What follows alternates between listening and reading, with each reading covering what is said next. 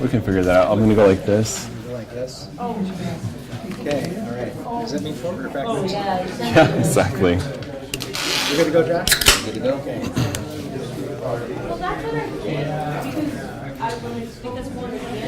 I wanted to welcome everybody here tonight. Our first meeting is we're going to have Bruce Kimmel and Chris Mickelson from Ellers Incorporated share with us a financial management plan that the county contracted with them to provide to help us look at long-term planning, to take a look at long-term tax impacts in Cook County, and to look at the capacity to do projects and take on capital projects without having an undue burden on the levy, the property tax levy in the county.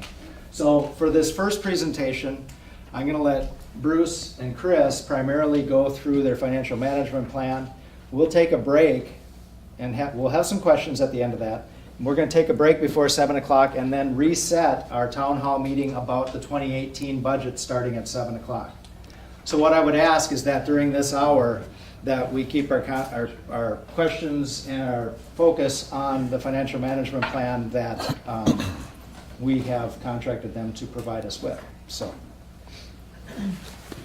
Bruce Kimmel. Great. Thanks, Jeff. Good evening, everyone. I'm Bruce Kimmel with Ellers, my colleague Chris Mickelson. We're what's called municipal advisors. So Ellers is a firm that's been around for 60 years. And all we do is advise counties, cities, school districts, townships, other public entities on various financial issues, whether it be long-term financial planning or economic development projects or bonding for capital projects, significant capital projects. We provide advice on that. We're not a bank, we're not an investment firm. We are purely independent, and all we do is advise public sector entities. We've had the honor of working with Cook County for a number of years now, as well as with the city of Grand Marais and other communities in this area. And it was really exciting to work on this project. We understand there's a lot of community discourse about the financial plan and the capital projects that the county is thinking about. But we hope that this is a helpful discussion to give a sense of how this plan came together, what are some of the core assumptions. It is just a plan. It's not a budget. It's not a prescription. It's not us saying, you, Cook County, have to do this. It's really just taking a bunch of different inputs about possible priorities, likely priorities of the county, and coming up with one possible way of arranging those to come up with an outcome that seems feasible fiscally.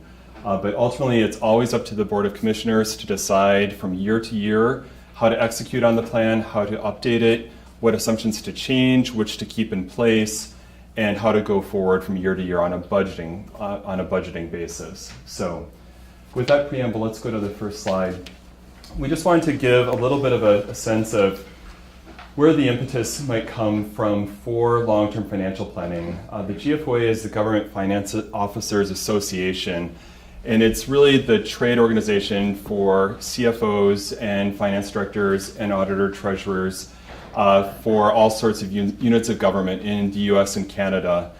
And especially in the last 5 to 10 years, especially after the Great Recession, GFOA has really been encouraging its members to do more with long-term financial planning, knowing that it's very hard to budget year to year and make sure that you're keeping your eye on the horizon of the big things to come, whether it be a major capital project or a major change in staffing or what have you. So I'll let you read that for yourself. We also have copies of the presentation if anyone didn't get one. Maybe you leave a stack at the back. Oh, great. Okay.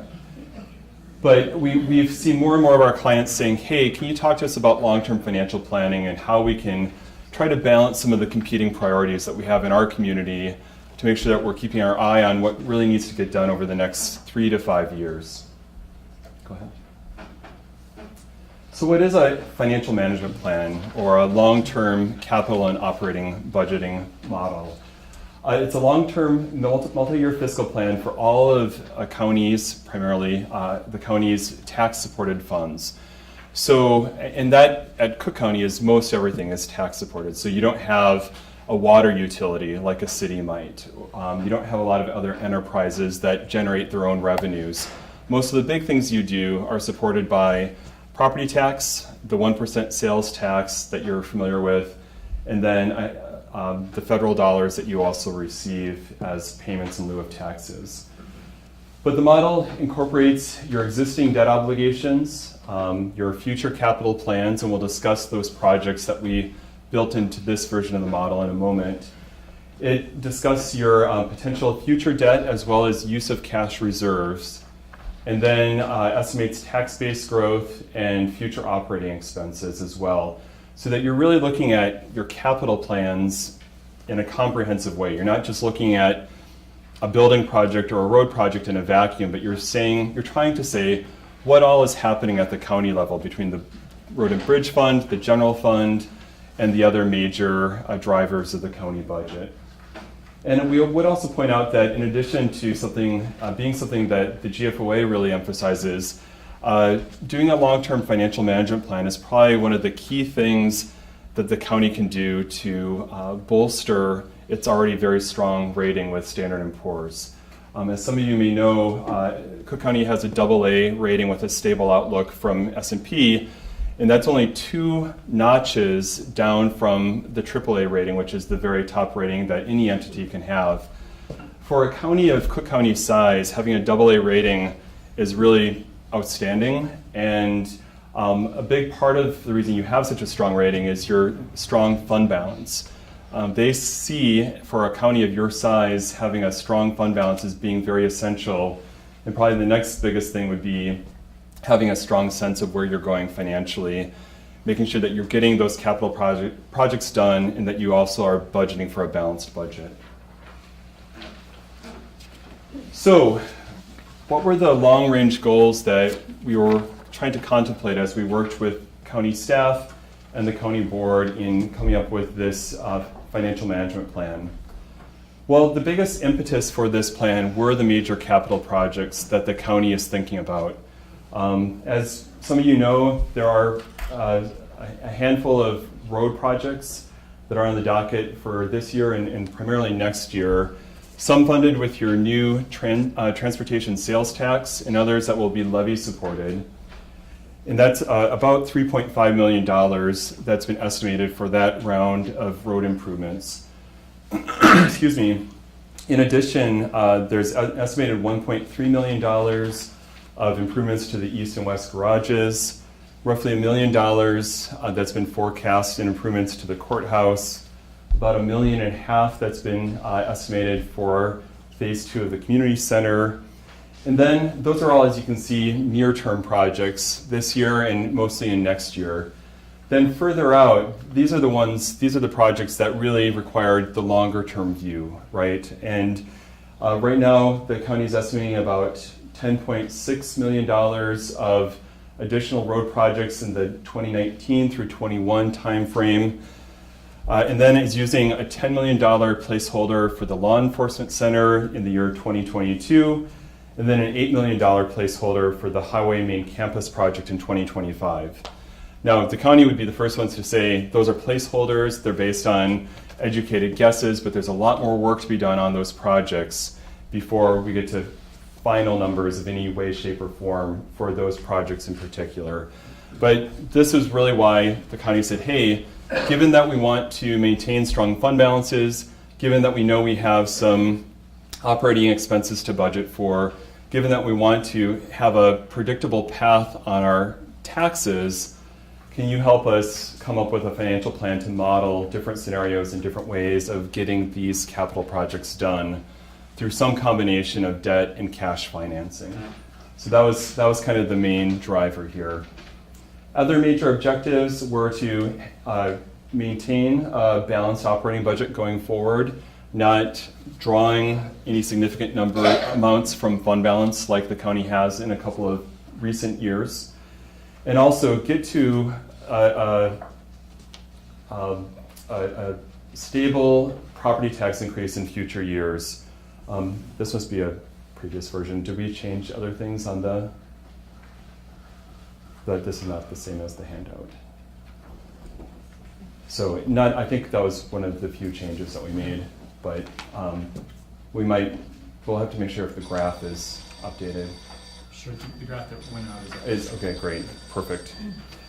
So, and then I guess one last thing.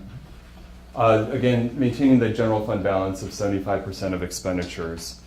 So, the financial plan, the goal here is to figure out, can we balance these competing priorities in a fiscally feasible way? And if we think we're in the ballpark of being able to do these within the parameters that the county is thinking of, then how do we best balance these and make them flow together as efficiently as possible, these objectives? Okay. The funds that are specifically in your financial management plan and the big drivers are general fund, road and bridge, health and human services, and the debt service fund, which is where major building projects reside. The building fund is really a small operating fund. Airport fund and local option sales tax are also, important parts of the county budget, but were less momentous and important for this financial plan, especially since the local option sales tax, those projects have already been defined, the county has already bonded for those, and you're using the 1% sales tax just to pay back the bonds that have already been financed. Okay. So going back to the capital projects that I mentioned earlier, here they're laid out on a 10-year time horizon. And you can see the first 4 items are attributable to the Road and Bridge Fund. You can see the major road projects at about $3.5 million, the garage improvements, more road improvements 3 years from now, and then way out in 2025, the placeholder for the main campus project. After that are the so-called debt service fund projects that really relate to the general fund, the courthouse improvements, community center, and again, the placeholder for the law enforcement center project in 2022. And if you tally those up with the estimates that are being used, it's about $36 million in total over this 10-year time horizon for these projects. Okay, so in the version of the financial management plan that we're discussing here tonight, we try to save up some cash during some years of the model of the planning time horizon and use that so that the county could bond for less of the projects and thereby reduce the impact when debt service comes on and the county starts paying principal and interest. So it was kind of a balancing act in order to maintain some stability and avoid big swings up and down in the county's levy impact. If you were bonding for everything, what would happen is your levy rate would go up. The first year you had to have debt service, and then as soon as an old piece of debt service dropped off, your levy might go down, but then it would bounce back up. And we tried to modulate that so that there would be more predictability, more of a stable trend line, and also by using some cash for about a quarter of the overall capital plan, you're avoiding interest costs as well. Now, right now, counties can borrow money, especially Cook County with such a strong credit rating can borrow money at very low interest rates, and that doesn't seem to be changing anytime soon. But at some point, rates are likely to go up, and the ability to use some cash instead of bonding is probably going to have more of a benefit to the county than it might right now with rates being so low. But you can see that we used, in this version of the model, we used about $9 million of levy dollars that are saved up over the planning horizon to buy down the 3 big future projects by $3 million apiece. So you'll recall that the road projects are about $10.7 million out in the future. We're reducing that by $3 million. The $10 million law enforcement center project we're reducing by $3 million, and then the $8 million highway facility we're reducing by $3 million. Those were just to keep things simple. Of course, the county in the future, if this version of the model it turns out to be what the county board goes with in the future, ultimately the county board will make the decision on exactly what kind of cash debt mix to use for each project. But we wanted to show this in fairly consistent terms as a way of balancing cash and debt. Okay. All right, going into the general fund a little bit. So we talked about the capital projects. Operating costs are obviously a big part of county budgeting and capital and long-term financial planning as well. And we know that the county has had some discussions. I know we'll be having more discussions, including as part of this packet that I know a number of you have seen at past workshops. But they're anticipating some general fund operating expense increases in the future, budgeting about 5.7% increase in expenditures in 2018, and then targeting a 3% increase per year in 2019 and thereafter. In addition, the county is budgeting for or planning for a 1% increase in non-tax revenues beginning in 2018. So you can see if the non-tax revenues are increasing 1%, but the expenses overall are increasing 3+%, there's probably going to need to be some levy adjustments, levy increases to keep up with the pace of costs in the general fund. In addition, another big factor that we kept our eye on in running this scenario of the model was to maintain a 75% fund balance as a percentage of the general fund expenditures. And that's the main benchmark, again, that S&P uses and has actually explicitly said that they would want Cook County to keep fund balances at or above 75% in order to keep your current level of rating. And from other discussions that we've had with the county board also believes from a policy perspective it's important to have the flexibility and liquidity with that level of fund balance. But what that means is that as the general fund budget increases due to the many different factors that have been discussed before, the county actually needs to add dollars to that fund balance beginning in the year 2021 to keep it at a level equal to 75% of expenditures. So the same dollars will equal a lower percentage of expenditures as expenditures increase. We'll show you that in a moment on the next slide, but that was one of the factors there, one of the key assumptions with the general fund. So this is the forecast for the general fund balance. This is the surplus, the rainy day fund, the reserves that the county keeps. You can see that at the end of 2017, it's projected to be around $7.5 million or thereabouts, and in 2017, that's about 90% of expenditures. So definitely over the 75% threshold. However, you can see that we keep those dollars constant through 2020, and so that's why in order to maintain it at about 75% or a little bit above, we need to start increasing fund balance by little bits starting in the year 2021. 78% is where we ended up in this version of the scenario. Obviously, from each year to year, the county board will refine those targets and make sure that they stay on track with that policy objective. So it's a little hard to read on the screen. Hopefully you can see it in your handouts. What we wanted to do here is just break out the overall county levy by major purpose. So the bottom portion that is blue in color here is general fund.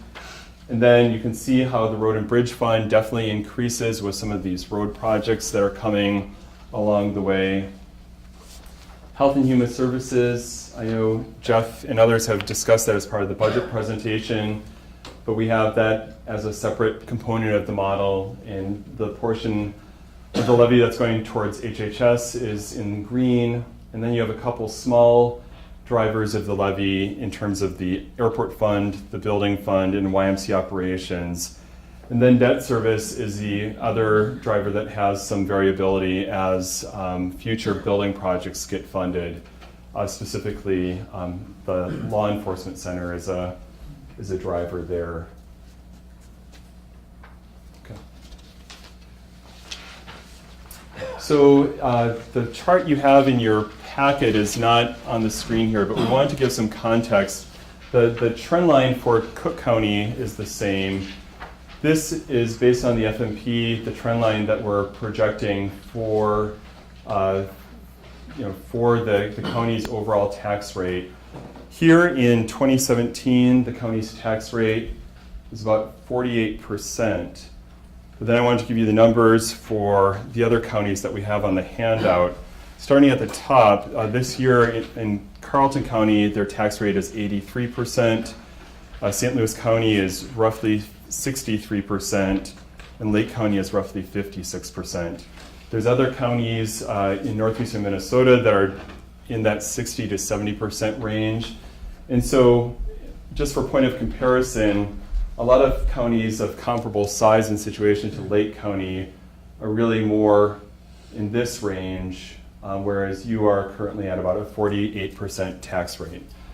And so that's not to say that you need to match them or that they're too high or you're too low, but it's just for purposes of some context that you have been probably keeping your you've definitely been keeping your rate lower than a lot of the other comparable counties that we've seen, ones that have been perhaps a little more proactive about taking care of some capital projects. Now you are now, but it's requiring some adjustments in the tax rate to be able to do those capital projects.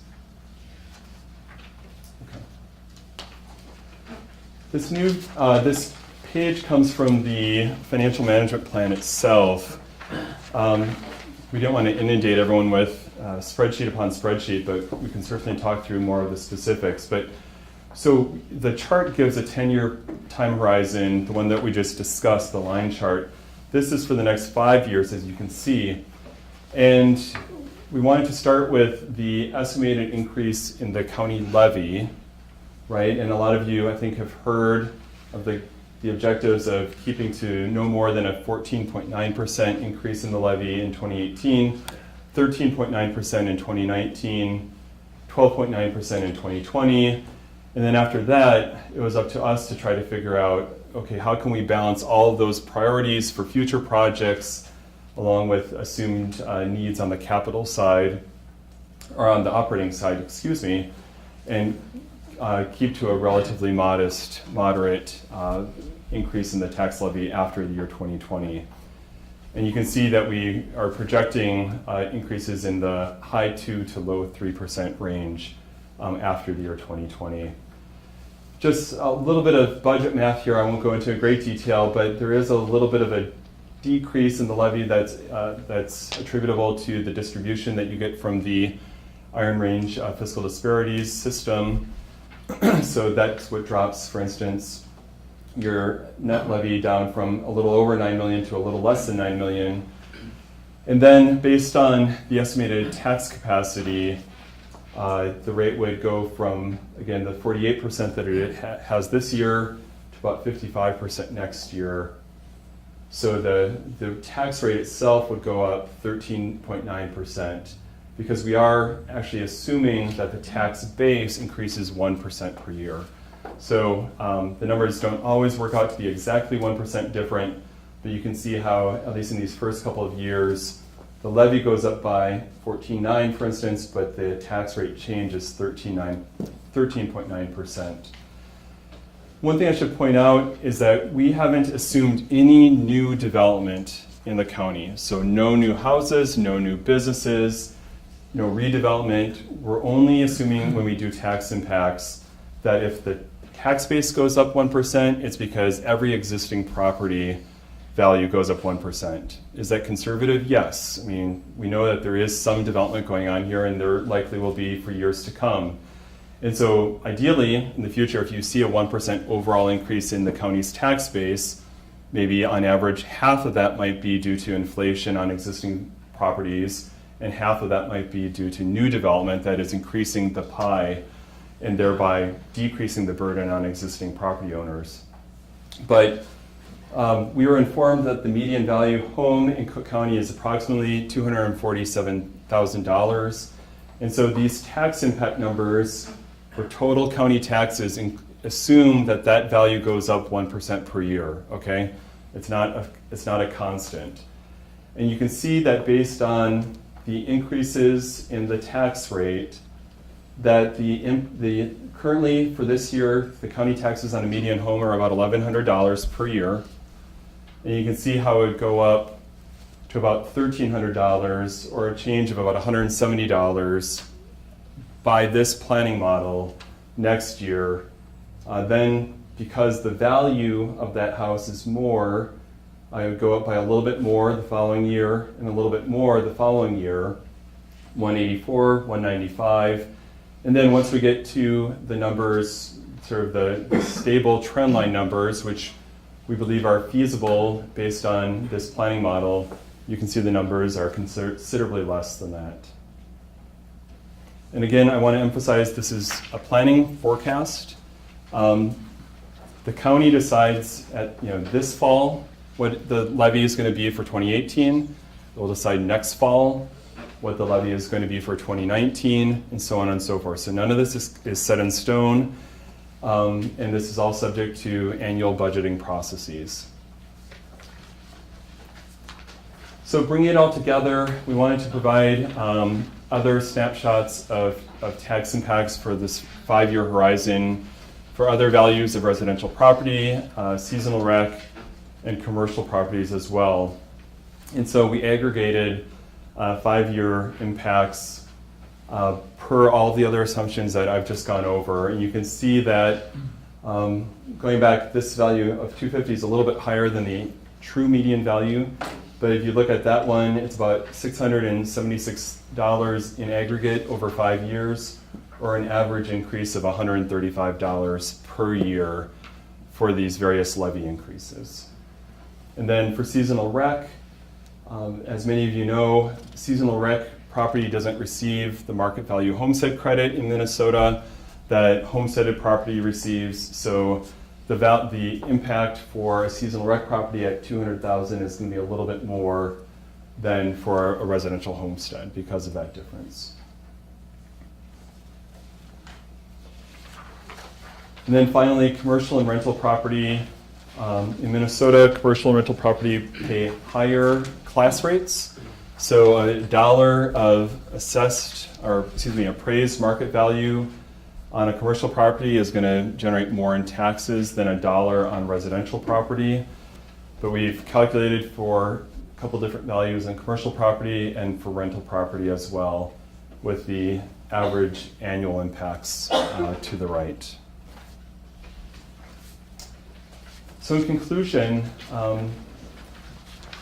we would hope, once we finalize the FMP with the county board's input, that county staff and the Auditor Treasurer's Office uses this model going forward as part of long-term financial planning. This certainly doesn't need to be anything that we're involved with. It's basically a fancy Excel spreadsheet with lots of tabs and lots of formulas, but it's designed to be something that the client can use going forward. And it really is meant to be used as a planning tool in real time as assumptions change and as the years go on. So it's really meant to be used to guide major spending decisions, seeing, okay, is this feasible? Is this in the ballpark? And if yes, how can we best balance this priority with other priorities and go forward and get things done? It provides transparency to the budgeting process. There's no black boxes in this model. Everything is very clear based on the assumptions and how everything flows through at the fund level and at the overall level, the summary page. Again, it can help staff evaluate capital funding projects, looking at how much cash do we use and draw it on fund balances, which that saves you on interest, but it brings down your reserves, versus how much debt do we use and over what term. We made assumptions here on interest rates and amortization terms, and all those can be changed. So Jeff could say, well, what would happen, Brady, if we looked at paying for this project over a 15-year term versus a 20-year term, and what might the interest rate be on that?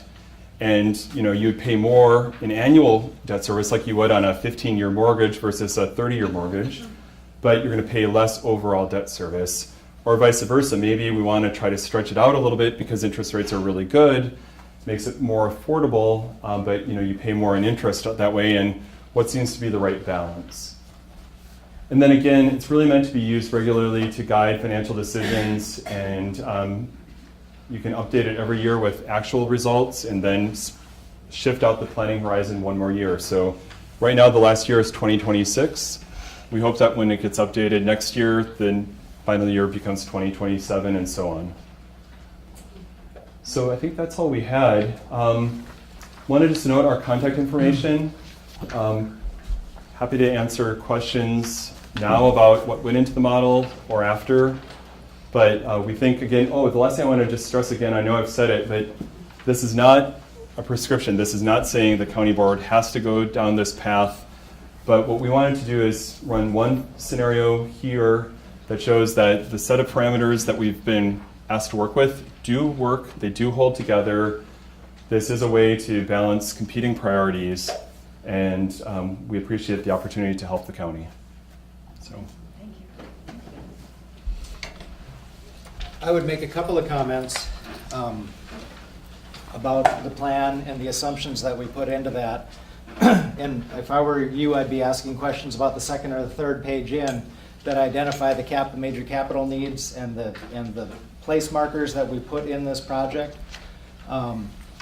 The assumptions that we're making about current projects related to the needs to repair the roof here, the needs to take care of the windows in this facility, the needs to take care of the windows at the law enforcement center, accounts for about $1 million, as Bruce mentioned. The plans to replace the east end and the west end highway garages accounts for about $1.3 million. The plans for the community center have not been scoped yet. The community center board is working on that. As many of you know, the board authorized a study to look at community center phase 2 to bring the community center up mechanically and operationally to be a relevant building for the next 20 years. It's been in place for the last 25. So we don't know what the scope of that project is at this point.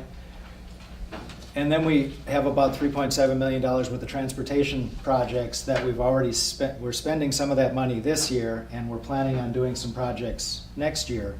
And that's funded out of the transportation sales tax that we authorized starting in January 1 of this year. So the process by which we issue debt, by which the county issues debt, is we work with Ellers to put these bonding packages together for us. We have to use the right financial tools to fund certain projects. So we'd be looking this year at putting together a project list of highway dollars, capital improvement dollars, capital equipment dollars, and there would be a public input process to review the board's assumptions on what it is we're going to bond for. And it works similar to the way that our levy works. At some point, probably in October, we'd be putting a list together to say we're planning to issue debt not to exceed this amount for these lists of projects. Okay? And then at some point, we continue to refine those projects lists. We work with the Highway Advisory Committee and we test the theory, what do we really need for the outbuildings in the east and the west end? We continue to work with the Community Center Advisory Council and say, what do we really need to do to make this building relevant for the next 20 years? And we refine those lists, and at some point in December or January, we actually go to execute and issue debt to provide for those buildings. So that's a capital planning process. That's a bonding process to issue debt and then to take on those projects. The placeholders down the road related to the transportation sales tax dollars and additional highway dollars, those are the lists we discussed last year when we were authorizing the transportation sales tax dollars. When we authorized that tax, we authorized that tax for road projects only and no building projects. So at this point in time, the only thing we're looking at doing is road improvements.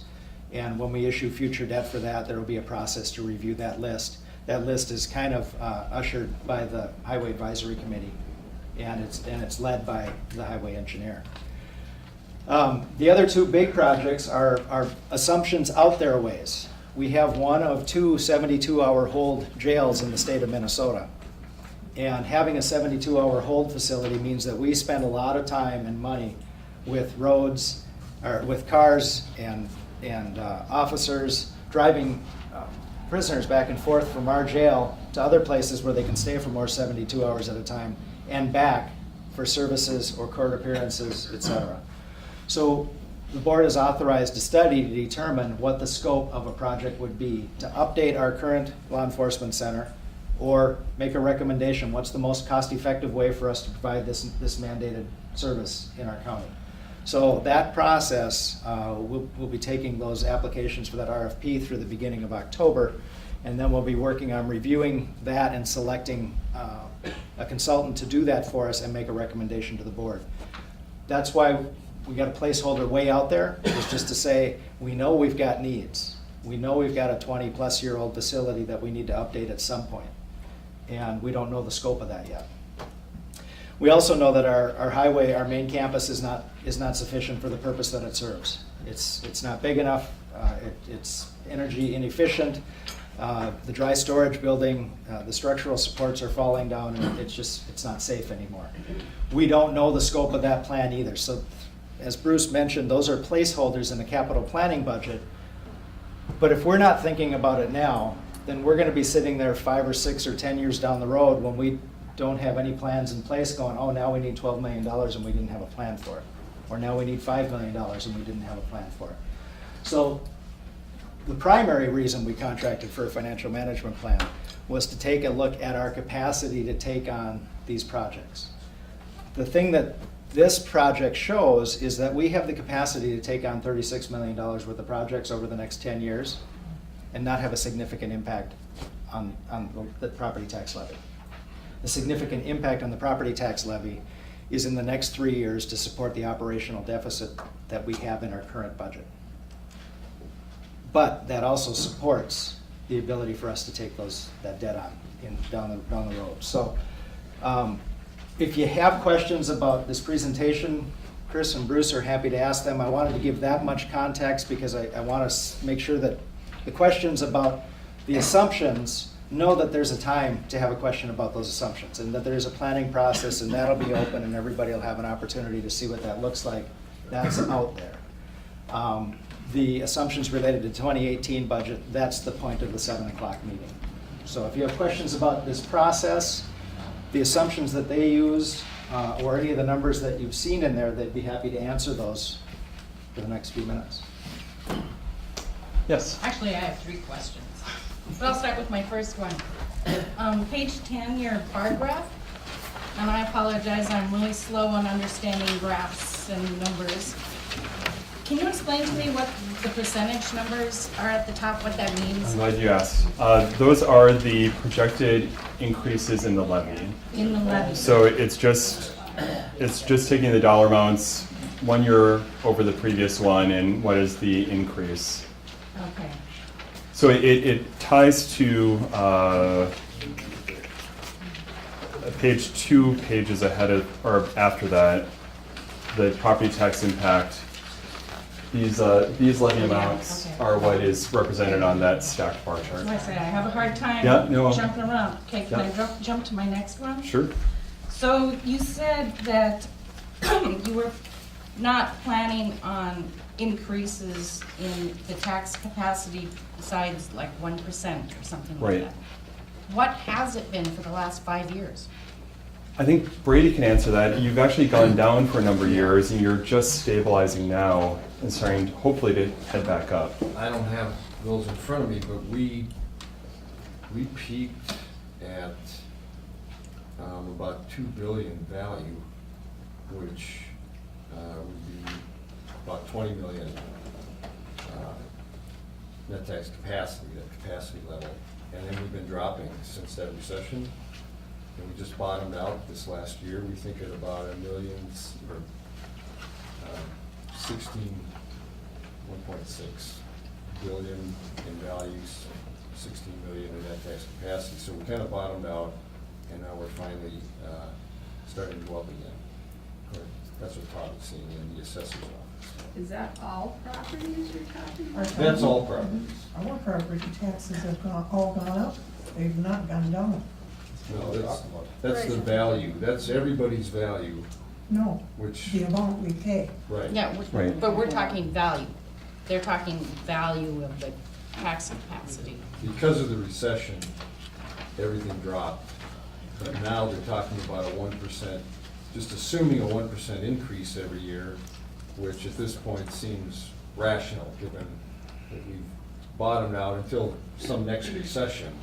It would seem that's about as good an estimate as you could come up with. I should point out that we assume 1% on all existing property and no new development to share the burden. So in that case, even though there's a difference then between the levy increase and the tax rate increase, let's say we assumed 0% growth, just everyone's property value stayed exactly the same. These impacts would be the same, right? Because the pie isn't growing at all and nobody's value is changing. So if everyone's value goes up a percent, then these numbers are they going to be the same as if everyone was at 0. It only changes if you start adding in new development. And we have built models for clients that have assumed significant amounts of new development and new value, but we didn't think that was appropriate based on the last few years here in Cook County. So if that leads to my third question, I'm sorry. Sure. But I'm wondering about this, we spent $20,000 for this. Do we own this program now? Yes. So this is something that our county employees will use to budget further, and when we say, wait a minute, our tax capacity has really jumped, we can plug that Right, number exactly. in and adjust our levy that way. Exactly. We'd be very unhappy if the county didn't use this tool Yeah. because it's meant to be used. It's not meant to sit on a shelf. It's not a recommendation saying this is the perfect solution. And Jeff and Brady and the board can run 10 different scenarios testing different assumptions. What if we take the law enforcement center project and either accelerate it by 5 years or pushing it back 5 years, right? Or what if we think they can do it for $2 million less? What's the impact there? Or what if the increase in the operating budget isn't as high as was forecast here and we can actually shave that down a little bit? Those are all variables that can be adjusted very easily in the model. Yes, sir. After looking at this, my house in town has gone up $180,000 in value in 4 years. Now, what you're explaining to me, that isn't the way it was. That isn't the way it was. Your house has gone up in market value by And $180,000. I've done nothing. No improvements. Okay. Well, Well, the single biggest answer to that Yeah. is that the county was deficient in keeping up with assessments. Up You until just said it was high and it went down. All the values went down. The net market value of all of the properties went down. The reason that people's properties have adjusted up recently is because the assessor's office had not kept pace with getting around and touching all of the properties every 5 years like they're supposed to. 180,000 in 4 years? Does it seem a little bit exorbitant to you? Well, part of what drives that is equalizing the properties against each other. If you've got questions about valuations, I honestly ask I that went and I you. did complain for the first time in 62 years of living here. Yep. And it's projected to go higher yet after I complained, so I'm not going in there and complaining to them. So the market drives a lot of those adjustments. And the market the county staff has no control over the market. We're told what to adjust for market. A strong market, unfortunately, drives values. And people wanting to buy property in Cook County drives values. There's people that's wanting to leave the process of going so Yes. high. Exactly. And what about those people? I'm sorry? There's a lot of people in the county are putting their places up for sale or wanting to leave because the prices are so high. They're being driven out by high taxes. Yeah. What about them? We're not talking about Yeah. taxes now, we're talking about this financial Yeah. plan. We're gonna have a conversation about our 20. In a few minutes, we'll have that conversation, but you had your hand up. My name is Richard Horn. I have a question back to your remarks. okay, sure. You specifically stressed the importance of the general fund and our bond rating when we go into the marketplace to borrow money. Mhm. What is the current amount in the general fund percentage-wise? Is it 75%? 90. No, it's closer to 90%. It's currently 90. And secondly, if we were to go up a notch or down a notch, what effect does that have on interest rates that the lenders are offering to municipalities? Great question. You're not likely to go up a notch. Going up to AA+ would require you to save a lot more money, and I could never recommend to Cook County to increase your reserves by another 50% as a percentage of operations. It wouldn't make fiscal sense unless the county board and the county staff said, you know what, we actually have to save for some unforeseen contingency. If your bond rating were to go down to AA minus from the current AA rating, the spread, as we call it, changes depending on market conditions, but you're probably looking at about a 10 basis point difference. So if your rate was going to be 2% on a 10-year bond, for instance, it might be about 2.1. I should emphasize, we wanted to stress the fund balance as part of the S&P discussion, but the driving reason for it is because the county staff and county board feel that that's an appropriate level of reserves for your situation. There's counties that have lower fund balances, but those are typically counties that are larger and have more budgetary flexibility. And frankly, a 50% fund balance for a Hennepin County is millions and millions and millions and millions of dollars, right? Whereas 75% for Cook County is a relatively small amount. So everything's relative as well. And it also means that we have operating capital on hand to carry us not quite a year into the future. Correct. And I should point out, for those of you who don't know, in Minnesota, because we are so dependent on property taxes, and the county doesn't get first half property collections until May each year, what Brady essentially is doing is cash flowing the first almost 6 months of operations each year from reserves. And then you get your first half property tax collections, and then you get your second half in November when the year is almost over. So having reserves for cash flow reasons is also important, not just for a rainy day. Yes, ma'am, in the purple. So I've got two questions. The assessors, have they gone throughout the whole county at this point? They're working on the final district of the 5-year quintile, so they will be finishing up this year. Okay, then the other question is why do you use median versus average home value?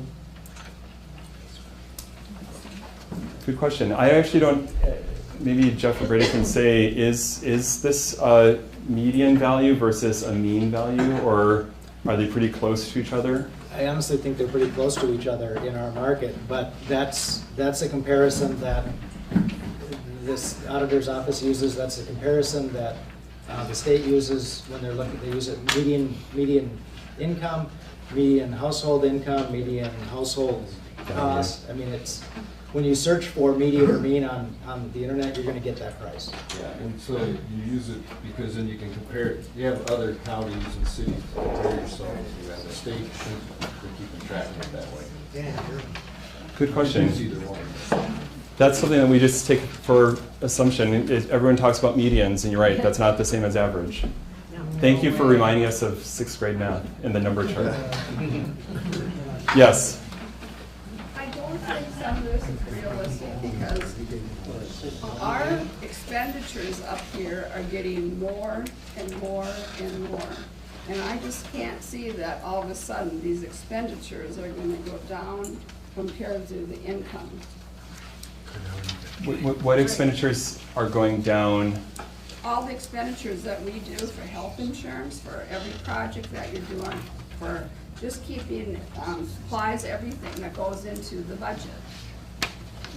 Well, we're actually assuming inflation in the model. So, But I don't know if you're including a high enough inflation. The budgetary inflation he's included in the model, Joyce, is exactly the number that we've experienced over the last 25 years. Yeah, but Jeff, your expenditures keep going up. But the expenditures aren't if you average them over 25 years. Well, I believe they are.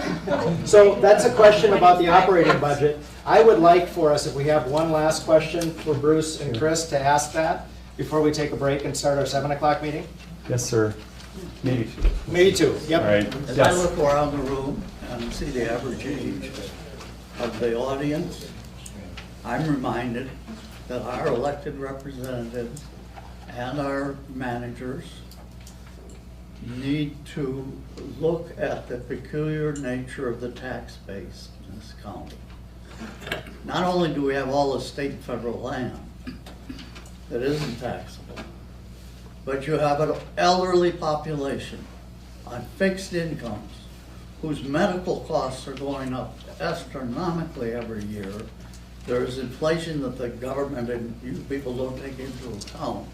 Your tax base is not rising, and yet we continue through our elected representatives to build things. I'm not talking about roads and bridges, law enforcement, hospitals. I'm talking about things like swimming pools, YMCA's, golf courses. I know this is in the past, but we have got to cut down spending to what the tax base can sustain. And sir, from our perspective as the financial planners, that's a perfectly reasonable perspective that I know your county board has been hearing. What we were hoping is that this plan can make all the assumptions very transparent and clear for all of the funds, for all of the projects, so that you can see what's driving these numbers. It's not a black box, it's all being in a transparent process. I can see what's driving the numbers, but we have to have a realization of what we can afford is different than from what we might want. Right. I think we have one more. Sure. Did one of you gentlemen have a question about the model, the plan? On going back to property tax impact graph.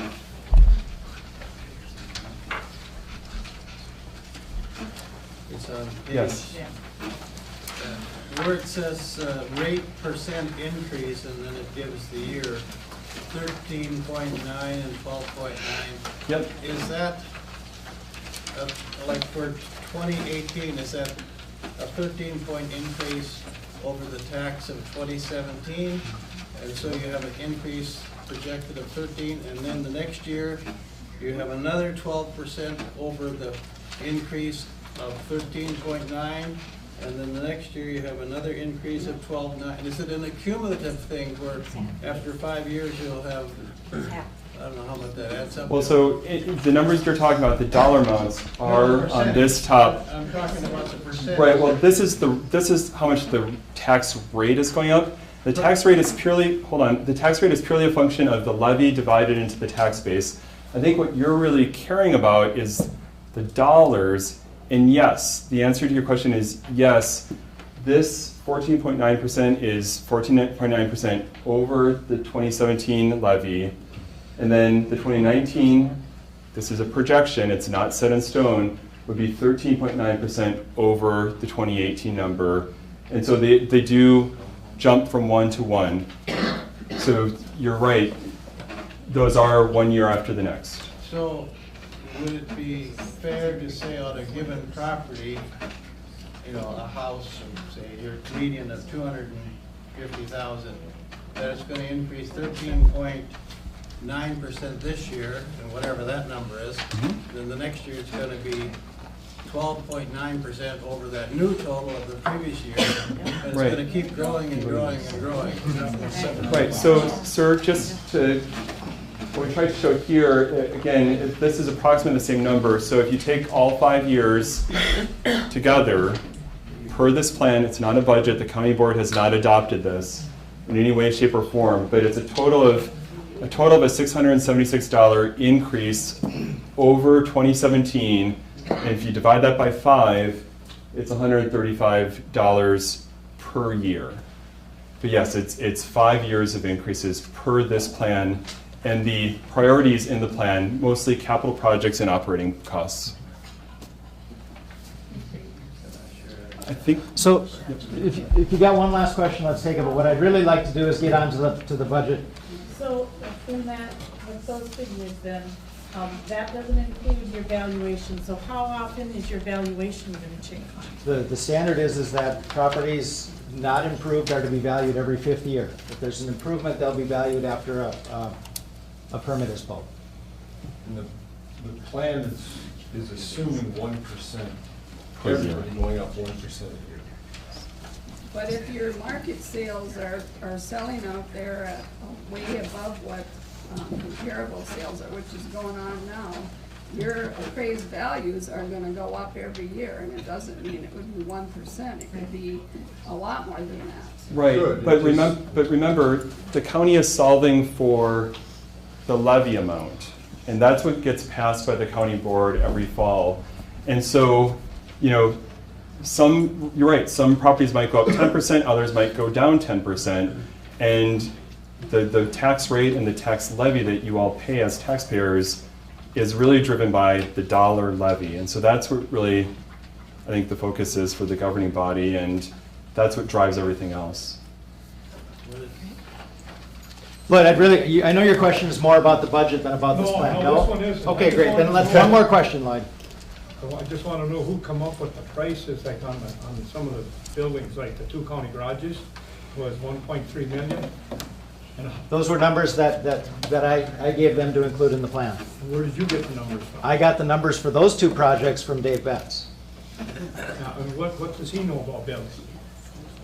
Okay. He's a highway engineer. So you're asking where we got the numbers from? That's where I got the numbers from. Yeah, well, We I have to disagree test with those 100%. numbers, as I said. About 600,000 over. Okay, So, I mean, well, that isn't a there's true equipment accurate in those idea. buildings too. That question is not, that's to be tested. The board hasn't approved those numbers. Those are placeholders. And prior to Jeff being here, the board approved, he had an architect come up with a plan, and the numbers came out of that from about 3 years ago, I think. So it looks like our hour together has gone by fast. I appreciate your questions and your attention. And again, you can either direct more questions about the planning model and the mechanics of that through Jeff or Brady, or contact us directly. But thank you very much. Thank you. Thank you, Bruce.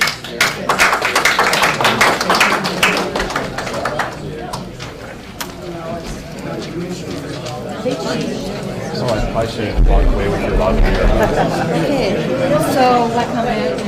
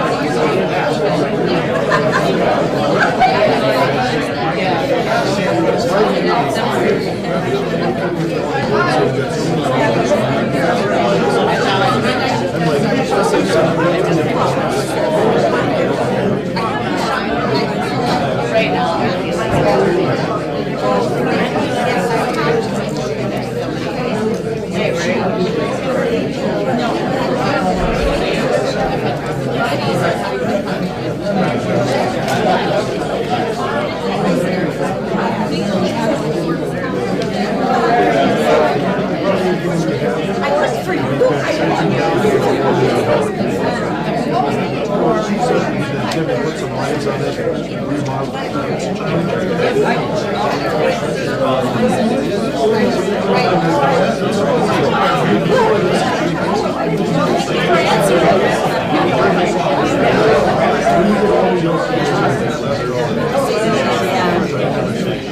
you.